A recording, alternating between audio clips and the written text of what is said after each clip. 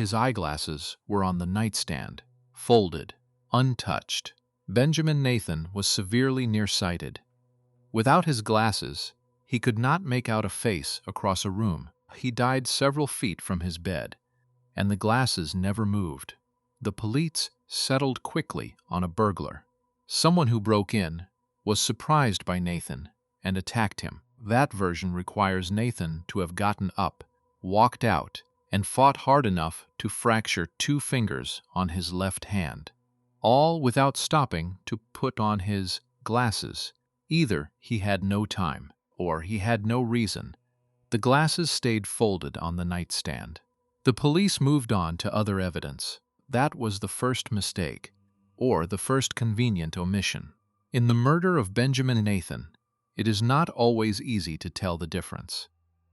The house at 12 West 23rd Street sat near Madison Square, in a neighborhood of brownstones, occupied by people who had been wealthy long enough that the fact of their wealth required no display. Benjamin Nathan had lived there for years. In the summer of 1870, the family had migrated, as they did every year, to their country home in Morristown, New Jersey.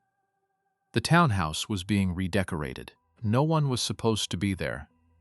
He was 56 years old, a member of the New York Stock Exchange since 1836, and its vice president since 1851. He served on the founding board of the institution that would become Mount Sinai Hospital.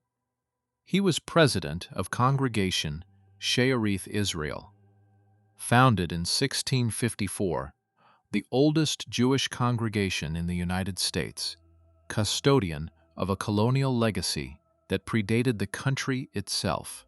The New York Stock Exchange flew its flag at half-mast the morning after his body was found. The Sephardic Jewish aristocracy of New York in 1870 consisted of perhaps a dozen surnames: Nathan, Solis, Hendricks, Cardozo, Levy, Hayes, whose members had been marrying one another for generations. The pool of acceptable partners was so constrained that marriages between first cousins were ordinary. At least 2 of Nathan's 7 children married first cousins. The community was not simply socially connected. It was genealogically interlocked. Everyone of consequence knew everyone else of consequence, and had known their parents, and had known their parents, and would know their children. Nathan's daughter had married Albert Cardozo, a justice of the New York Supreme Court. Cardozo was also a member of Tammany Hall and part of the circle around William Marcy Tweed.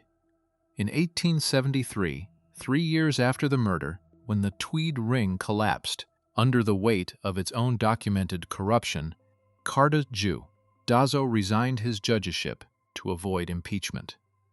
2 of his fellow justices were removed from office. Cardozo walked away before the vote. All of this was still in the future when Nathan was killed. In July 1870, the connections were intact and functioning, telling her roommates. The police department that would investigate the murders operated inside the same city government that Tammany Hall controlled.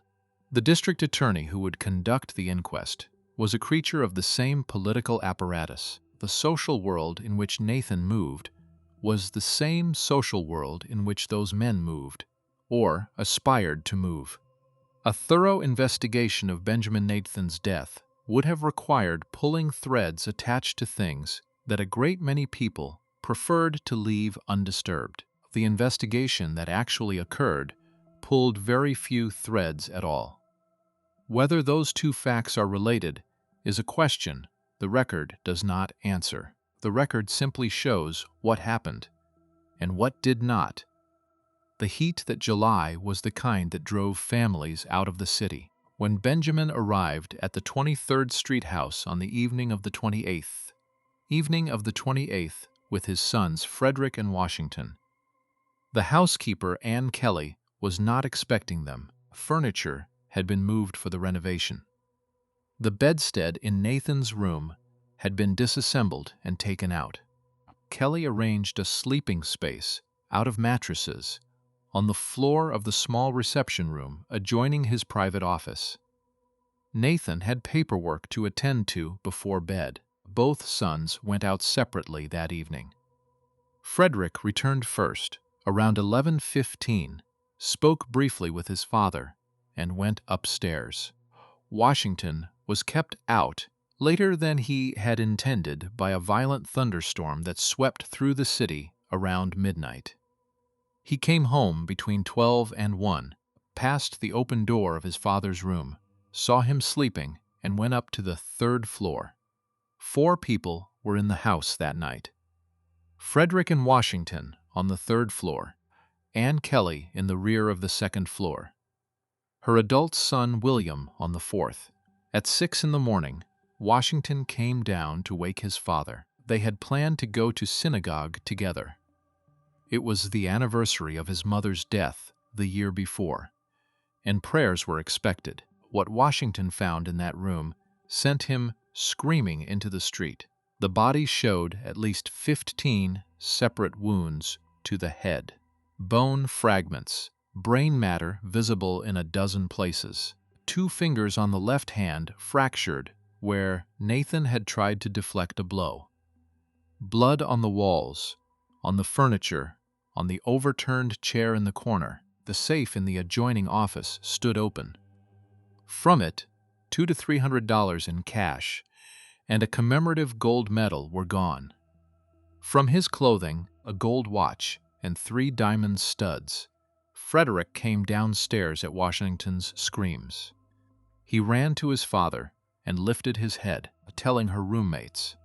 When the 2 brothers went out to the street to find a policeman, Frederick's nightshirt was soaked in blood. The patrolman, who had walked that beat the previous night, reported checking the front door of the Nathan house at 1:30 a.m.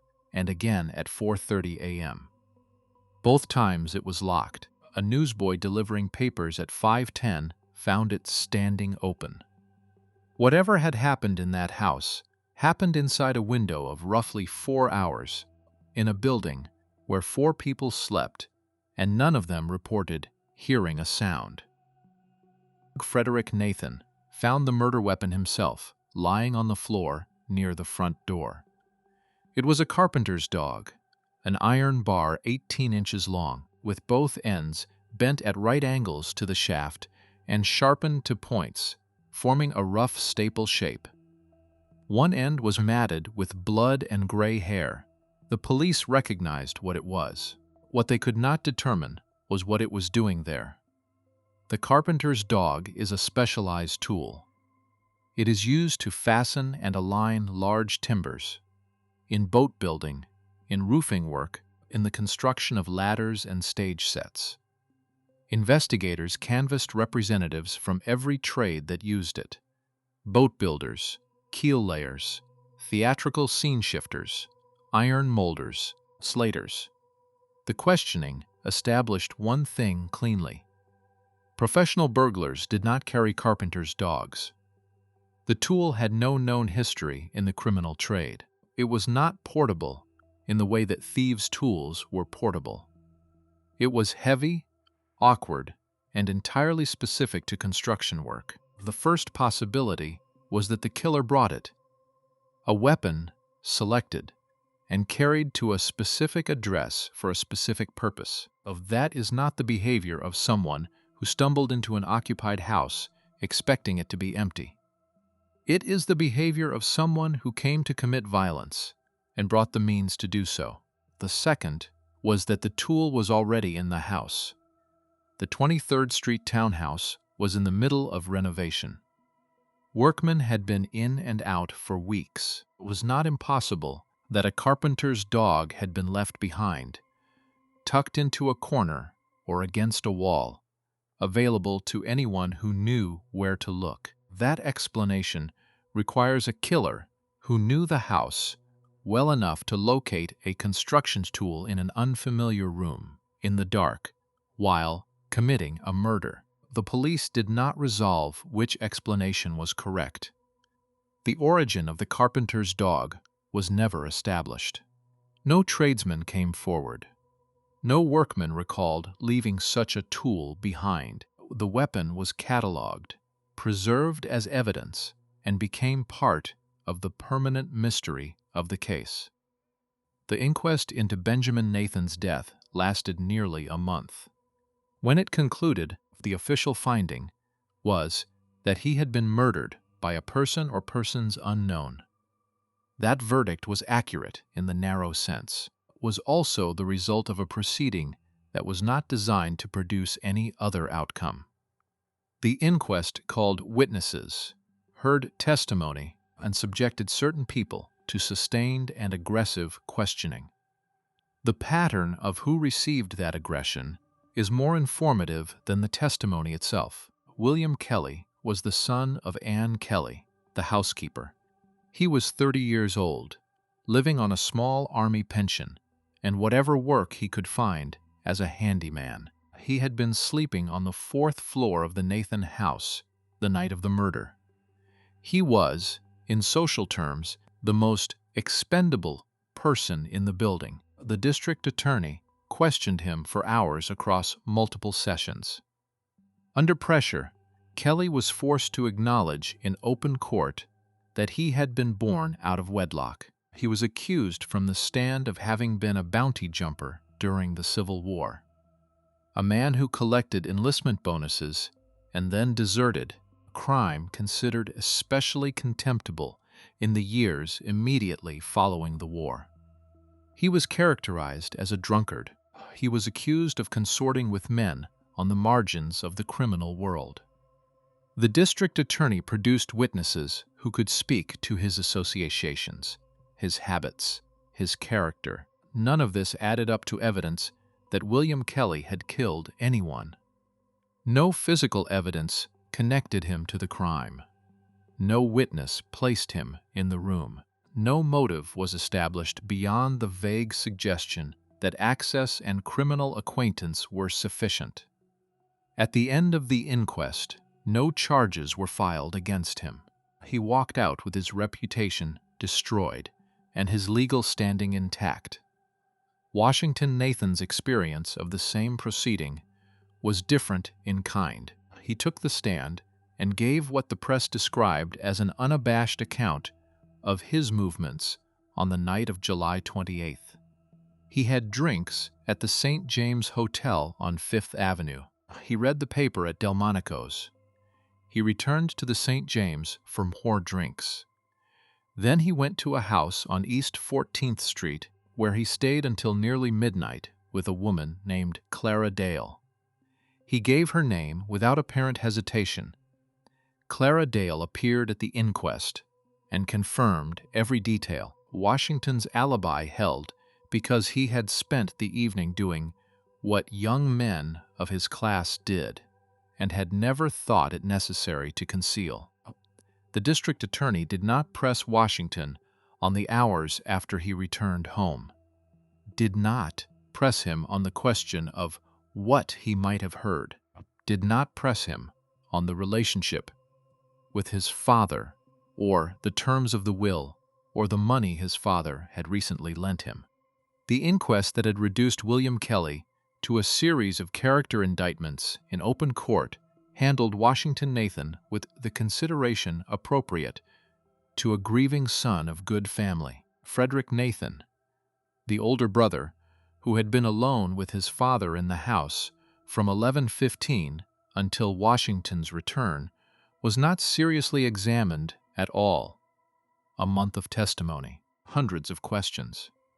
The inquest distributed its suspicion according to a logic that had nothing to do with evidence and everything to do with social position. The people most thoroughly questioned were the people least able to resist questioning. The verdict, persons unknown, was the only verdict such a proceeding could reach. The case did not close after the inquest. It simply changed shape. In March 1871, 8 months after the murder, a man named George Ellis was serving time at Sing Sing prison when he sent word that he had information. Brought back to New York City, He told investigators that he had done burglaries with a professional thief named Billy Forrester the previous summer, and that Forrester had talked about robbing the Nathan house while the family was in the country. Forrester became a wanted man. He was not found for another year and a half. When Forrester was finally located in September 1872, he called the law firm of Howe and Hummel. At that point, the most effective criminal defense practice in the city, specialists in murder cases, known for obtaining results in circumstances other lawyers considered hopeless. In Forrester's case, they needed very little effort. He had been in prison in New Orleans for most of 1870. Prosecutors could not place him in New York on the night of the murder or on any night close to it. The charges were dropped.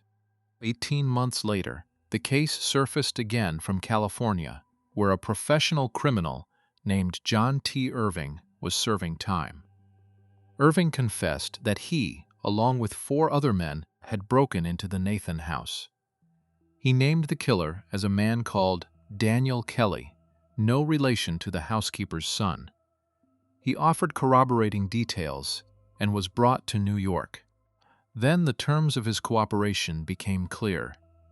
He wanted charges dropped on 2 previous burglaries in which the stolen property was valued at over $200,000. The deal fell through. Irving was returned to California without the matter being pursued further. In between and after these formal attempts, the investigation leaked in other directions. Superintendent Jourdan, who had commanded the original investigation, began declining in health shortly after the murder and died of pleurisy in October 1872. An informant who had spoken with him late in the investigation told a detective afterward that Jourdan knew who the killer was, and that carrying the knowledge was destroying him. What Jourdan knew, if anything, went with him.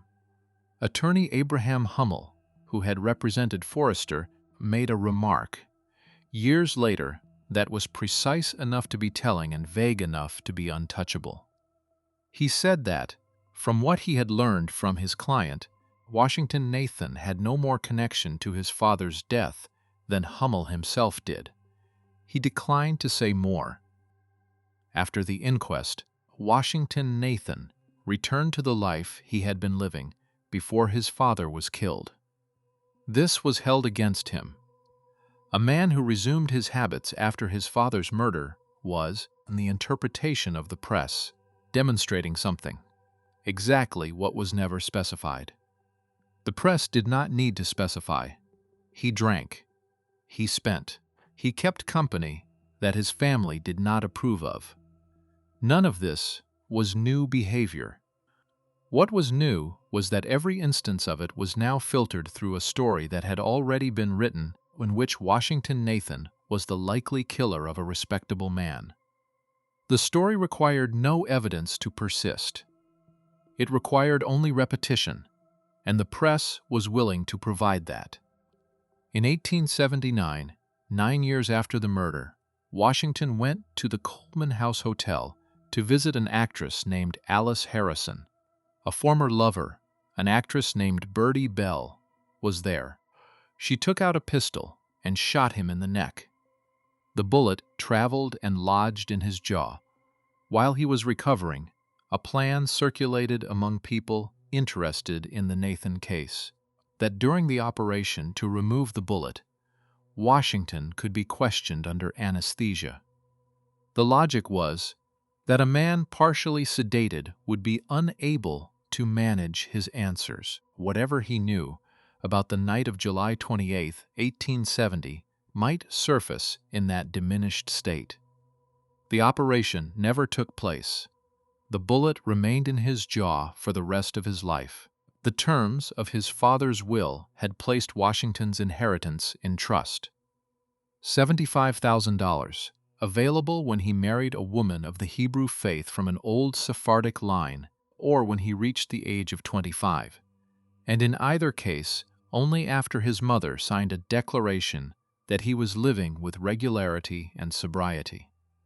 His mother died in 1879, the same year he was shot. The declaration was never signed. In 1884, Washington Nathan married a woman named Mrs. Arnett, a widowed opera singer.